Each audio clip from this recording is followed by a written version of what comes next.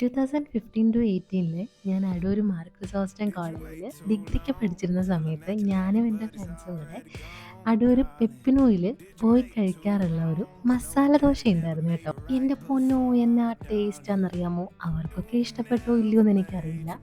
പക്ഷേ അതിൻ്റെ ആ ഒരു ടേസ്റ്റും കോമ്പിനേഷനും എനിക്ക് ഭയങ്കര ഇഷ്ടമാണ്. അതായത് ചിക്കൻ മസാല ദോശയും അതിൻ്റെ കൂടെ സൈഡ് ഡിഷായിട്ട് അവർ തരുന്നത് ഒരു റോസ് കളറിലെ മയോണൈസ് ആയിരുന്നേ. എൻ്റെ പൊന്നടാവേ, അതിൻ്റെ ആ ഒരു കോമ്പിനേഷൻ കിടിലം. അമ്മാതിരി തന്നെ ഉണ്ടാക്കാൻ പറ്റിയില്ല എങ്കിലും ഒരു ക്രേവിങ്സ് ഒക്കെ വരുമ്പം തട്ടിക്കൂട്ടാനുള്ള വകയൊക്കെ എൻ്റെ കയ്യിലുണ്ട് കേട്ടോ.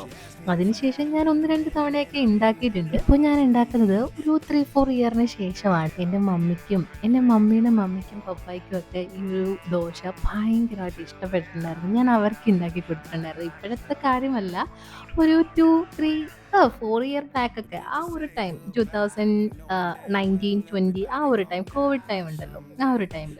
അപ്പം ഇന്ന് ഞാൻ ഉണ്ടാക്കുന്നത് സ്പെഷ്യലായിട്ട് എൻ്റെ മമ്മിക്കും എൻ്റെ അച്ഛനും വേണ്ടിയിട്ടാണ്. എൻ്റെ അച്ഛയ്ക്കാണെങ്കിലും ഞാൻ എൻ്റെ കൈ കൊണ്ട് ഇങ്ങനെയുള്ള വെറൈറ്റി സംഭവങ്ങളൊക്കെ ഉണ്ടാക്കി കൊടുക്കുന്നത് ഭയങ്കര ഇഷ്ടമാണ്. ആളുടെ അപ്രിസിയേഷൻ എന്ന് പറയുന്നത് അത് നമുക്ക് അറിയാലോ. നമ്മുടെ ഹസ്ബൻഡിൻ്റെ കയ്യിൽ നിന്ന് നമ്മളൊരു ഫുഡ് വെറൈറ്റി ആയിട്ട് ഉണ്ടാക്കി കൊടുക്കുമ്പോൾ അവരുടെ കയ്യിൽ നിന്ന് കിട്ടുന്ന ആ ഒരു അപ്രിസിയേഷൻ, ഫുഡ് കൊള്ളത്തില്ലെങ്കിൽ നമുക്ക് അടുത്ത സംഭവങ്ങൾ ഉണ്ടാക്കാനുള്ളൊരു പ്രചോദനം നമുക്ക് കിട്ടും. അങ്ങനെയല്ലേ? സത്യമല്ലേ? അപ്പൊ നെയ്യൊക്കെ ഒഴിച്ച് നല്ല അടിപൊളിയായിട്ട് തിന്നായിട്ട് പരത്തി മൊരിച്ചെടുത്ത് ദോശയിലേക്ക് ചിക്കനും ഉരുളൻകിഴങ്ങും ഒക്കെ വെച്ച് മസാലയൊക്കെ വെച്ച് മടക്കിയെടുത്ത് അങ്ങനെ ബാക്കി സത്യം പറഞ്ഞാൽ വിശന്നു പോയി. അപ്പോഴേക്ക് അച്ഛനും വന്ന് ഞങ്ങൾ പിന്നെ പെട്ടെന്ന് ഫുഡ് കഴിക്കാനായിട്ട് പോയി ഗൈസ്. അപ്പോൾ ഇത്രയേ ഉള്ളൂ. ബൈ.